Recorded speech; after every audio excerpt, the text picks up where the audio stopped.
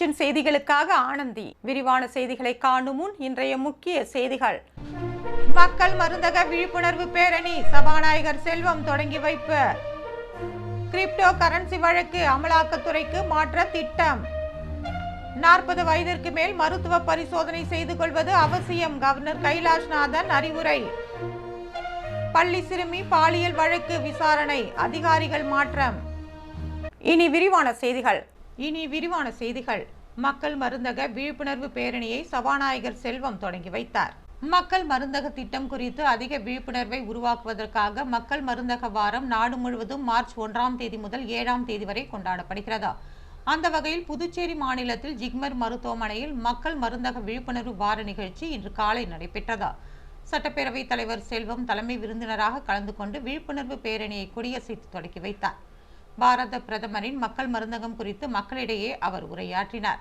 புதுச்சேரி மக்கள் மருந்தக உரிமையாளர் ஒருங்கிணைப்பாளர் பாலபாஸ்கரன் தலைமையில் நடைபெற்ற இந்த நிகழ்ச்சியில் சிறப்பு அழைப்பாளராக புதுச்சேரி மருந்து கட்டுப்பாட்டு துறை ஆனந்த கிருஷ்ணன் மற்றும் ஆண்ட்ரூ ஆகியோர் கலந்து கொண்டனர். நிகழ்ச்சியில் புதுச்சேரி மக்கள் மருந்தக உரிமையாளர்கள் அரவிந்த் சுந்தரி, பாலகிருஷ்ணன், கோவிந்தராஜலு, பாலா உள்ளிட்ட 100க்கும் மேற்பட்டோர் பங்கேற்றனர். கிரிப்டோ கரன்சி வழக்கில் அமலாக்கத்துறைக்கு மாற்ற திட்டமிடப்பட்டுள்ளது. புதுவை லாஸ்பேட்டையை சேர்ந்த ஓய்வு பெற்ற அரசு அதிகாரி அசோகன். இவரை மர்ம நபர் தொடர்பு கொண்டு கிரிப்டோ கரன்சியில் முதலீடு செய்து லாபம் கிடைக்கும் என கூறியுள்ளார். இதனை நம்பி அசோகன் பல்வேறு தவணைகளாக 98 லட்சத்தை கிரிப்டோ கரன்சியில் முதலீடு செய்து மோசடி கும்பலிடம் ஏமாந்துள்ளார். இது குறித்து அசோகன் அளித்த புகாரின் அடிப்படையில் போலீசார் வழக்கு பதிவு செய்து 2 பேரை கோவையில் கைது செய்தனர். அவர்களிடம் நடத்திய விசாரணையில் கடந்த 2022இல் கோவையில் ஆஷ்பே என்ற பெயரில் நிறுவனம் தொடங்கிய போது பல விழாக்களில் பிரபல நடிகைகளை பங்கேற்று முதலீடுகளை ஈர்த்துள்ளனர். மேலும் பணம் முதலீடு செய்தவர்களுக்கு பிரபல நடிகைகள் 100 பேருக்கு கார்களை பரிசாக வழங்கியதாகவும் இதற்காக விளம்பரம் செய்ததற்காக வந்த நடிகைகளுக்கு லட்சக்கணக்கில் சம்பளம் வழங்கப்பட்டுள்ளதாகவும் கூறப்படுகிறது. இதனையடுத்து போலீசார் அவர்களை மத்திய சிறைச்சாலையில் அடைத்தனர். இந்த மோசடியில் தொடர்புடைய கோவையை சேர்ந்த 10 பேரை 3 தனிப்படை போலீசார் தேடி வருகின்றனர். இது தொடர்பாக சைபர் கிரைம் போலீசாரிடம் கேட்டபோது அரவிந்த் குமார், நிதேஷ் ஜெயின் ஆகியோரை மோசடி செய்த பணத்தில் நட்சத்திர ஹோட்டல்களில் அழகிகளுடன் உல்லாச வாழ்க்கை வாழ்ந்து வந்ததாக கூறப்படுகிறது. இதனிடையே விழாவில் கலந்து கொண்ட நடிகை தமன்னாவுக்கு 25 லட்சமும், நடிகை காஜல் அகர்வாலுக்கு 18 லட்சம் என 43 லட்சம் வழங்கப்பட்டிருப்பது தெரிய வந்தது. இந்த வழக்கை அமலாக்கத்துறைக்கு மாற்ற புதுச்சேரி சைபர் கிரைம் போலீசார் ஆலோசித்து வருகின்றனர். மேலும் தலைமறைவாக உள்ளவர்களை பிடிக்க தமிழகம், தெலுங்கானா மற்றும் அண்டை மாநில போலீசாரிடம் உதவியை நாடி வருகின்றனர்.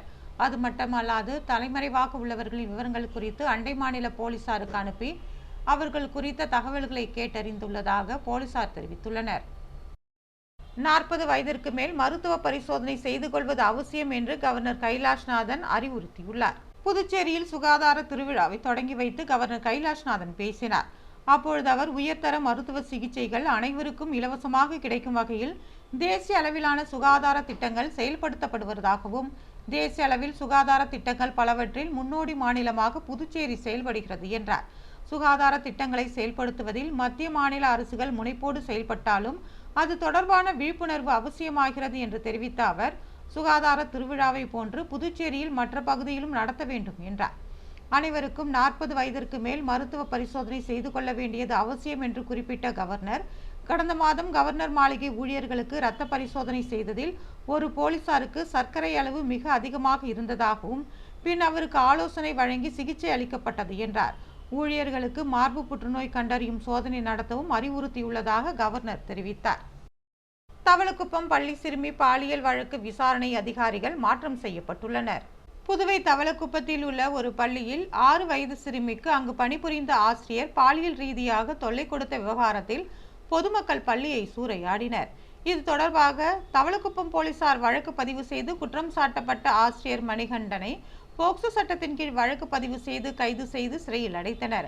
பாதிக்கப்பட்ட சிறுமியின் பெற்றோர், பொதுமக்கள், அரசியல் கட்சியினர், பல்வேறு அமைப்பினர் சிறுமியின் வழக்கை சிபிஐக்கு மாற்ற வேண்டும், சரியான விசாரணை செய்ய தவறிய தவளக்குப்பம் காவல்துறை அதிகாரிகளை மாற்ற வேண்டும் என்று வலியுறுத்தினர்.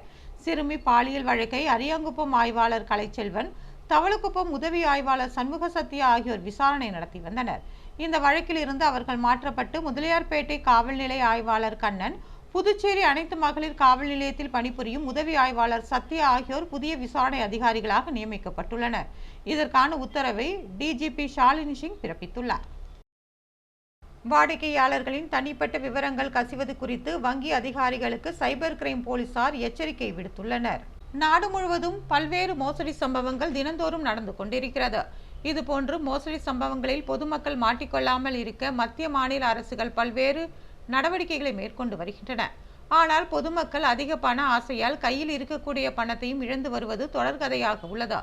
இந்நிலையில் வங்கியில் உள்ள வாடிக்கையாளர்கள் ஏடிஎம், கிரெடிட் கார்டு மற்றும் KYC ஆகியவற்றுக்கு விண்ணப்பிக்கும் போது அவர்களது தனிப்பட்ட விவரங்கள் மற்றும் தரவுகள் அங்கு பணிபுரியும் ஊழியர்கள் அல்லது வேறு யாரேனும் வெளியிட்டு இருப்பதாகவும் அதனை மோசடிக்காரர்கள் பயன்படுத்தி வாடிக்கையாளர்களை தொடர்பு கொண்டு மோசடி சம்பவத்தில் ஈடுபட்டு வருவதாகவும் புதுச்சேரி சைபர் கிரைம் போலீசாருக்கு புகார்கள் சென்றுள்ளது. இது குறித்து வங்கி மேலாளர்களுக்கு வாடிக்கையாளரின் விவரங்களை வங்கி நெறிமுறைக்காக பின்பற்ற வேண்டும் என்றும் தரவு கசிவு அபாயங்கள் மற்றும் அபராதங்கள் குறித்து ஊழியர்களுக்கு தகுந்த பயிற்சி அளிக்க வேண்டும் என்றும் அறிவுறுத்தப்பட்டுள்ளது.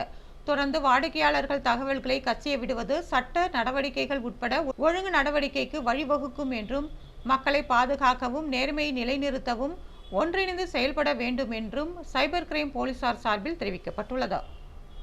மணவெளி தொகுதி பயனாளிகளுக்கு சிவப்பு ரேஷன் கார்டுகளை சபாநாயகர் செல்வம் வழங்கினார். புதுச்சேரி அரசு குடிமைப் பொருள் வழங்கல் மற்றும் நுகர்வோர் விவகாரங்கள் துறை சார்பில் மணவெளி சட்டமன்ற தொகுதியை சேர்ந்த வறுமை கோட்டிற்கு கீழ் வசிக்கும் 90 குடும்பங்களுக்கு தொகுதி சட்டமன்ற உறுப்பினரும் சட்டப்பேரவைத் தலைவருமான செல்வத்தின் முயற்சியால் குடும்ப உணவு பங்கீட்டு அட்டை சிவப்பு நிற அட்டையாக மாற்றப்பட்டது.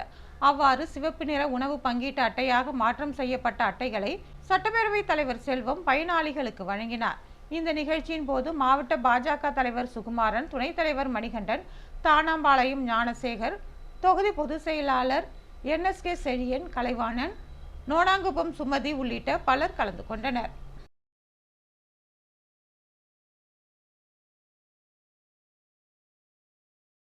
சேதராப்பட்டு அரசு பள்ளியில் நடைபெற்ற முப்பெரும் விழாவில் ஏராளமான மாணவர்கள் பங்கேற்றனர். புதுவை சேதராப்பட்டு அரசு தொடக்கப்பள்ளியில் முப்பெரும் விழாவாக மாணவர்களுக்கு விளையாட்டு சீருடை வழங்கும் விழா, முன் மழலையர் மாணவர்களின் கற்றல் பொருட்களை காட்சிப்படுத்தும் விழா, தொடக்கப்பள்ளி மாணவர்களின் கைவினைப் பொருட்கள் கண்காட்சி ஆகியவை நடத்தப்பட்டது. விழாவிற்கு வட்டம் 5 பள்ளி துணை ஆய்வாளர் சொக்கலிங்கம் தலைமை தாங்கினார். பள்ளி தலைமை ஆசிரியர் ஹேமாவதி வரவேற்புரையாற்றினார். பெற்றோர்கள், மாணவர்கள் கலந்து கொண்டனர். விழாவிற்கான ஏற்பாடுகளை பள்ளி ஆசிரியர்கள் செய்திருந்தனர். கண்காட்சியில் சிறுவர் சிறுமியர் வெகு சிறப்பான முறையில் தங்களது திறமைகளை வெளிப்படுத்தி வட்டம் 5 பள்ளி கல்வித்துறை ஆய்வாளர் சொக்கலிங்கத்திடம் வாழ்த்து பெற்றனர். மேலும் மாணவர்களின் படைப்புகளை கண்டு பெற்றோர்கள் வியந்து பாராட்டினர்.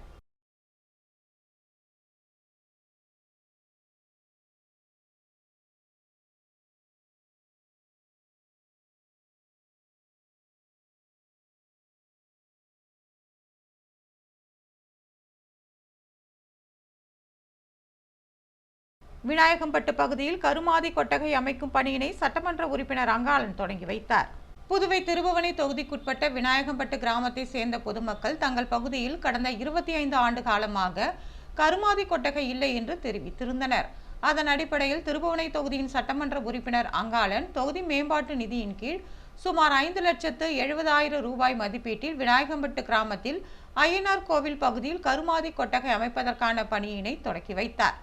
இதற்கான பூமி பூஜை விழாவில் சட்டமன்ற உறுப்பினர் அங்காளன் கலந்து கொண்டு பூமி பூஜை செய்து பணியினை தொடங்கினார்.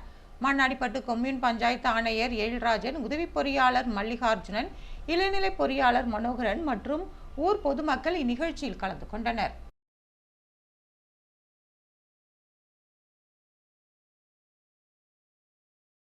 ஆன்லைனில் கடன் தருவதாக கூறி 1.38 லட்சம் ரூபாய் மோசடி செய்த மர்ம நபர்களை சைபர் கிரைம் போலீசார் தேடி வருகின்றனர். புதுச்சேரியை அடுத்த பாகூர் காமராஜர் நகரை சேர்ந்தவர் சதீஷ். இவரை மொபைல் போனில் தொடர்பு கொண்ட மர்ம நபர் ஆன்லைன் மூலம் குறைந்த வட்டியில் 2 லட்சம் ரூபாய் வரை லோன் தருவதாக கூறியுள்ளார். இதனை நம்பிய சதீஷ் லோன் பெறுவதற்கு ஆன்லைனில் விண்ணப்பித்துள்ளார். இதற்கு செயலாக்க கட்டணம் செலுத்தும்படி மர்ம நபர் கூறியுள்ளார். இதனை நம்பிய சதீஷ் 1,38,000 ரூபாய் செலுத்தி ஏமாந்துள்ளார். இதேபோல எல்லைப்பிள்ளை சாவடியை சேர்ந்த பஞ்சநாதன் 9,000 ரூபாயும், ரெட்டியார்பாளையம் ராகவன் 6,000 ரூபாய் என 3 பேரும் 1,53,000 பணத்தை ஆன்லைன் மோசடி கும்பலிடம் இழந்துள்ளனர். இது குறித்து சைபர் கிரைம் போலீசார் வழக்கு பதிவு செய்து விசாரணை நடத்தி வருகின்றனர். புதுவையில் இன்றைய தங்கம் மற்றும் வெள்ளி விலை விவரம். தங்கம் 1 கிராம் 7,940 ரூபாய். ஒரு சவரன் தங்கம் 63,520 ரூபாய்.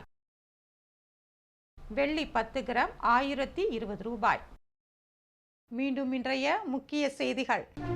மக்கள் மருந்தக விழிப்புணர்வு பேரணி சபாநாயகர் செல்வம் தொடங்கி வைப்பு. கிரிப்டோ கரன்சி வழக்கு அமலாக்கத்துறைக்கு மாற்ற திட்டம். 40 வயதிற்கு மேல் மருத்துவ பரிசோதனை செய்து கொள்வது அவசியம். கவர்னர் கைலாஷ்நாதன் அறிவுரை. பள்ளி சிறுமி பாலியல் வழக்கு விசாரணை அதிகாரிகள் மாற்றம். இத்துடன் செய்திகள் நிறைவு பெறுகிறது. வணக்கம்.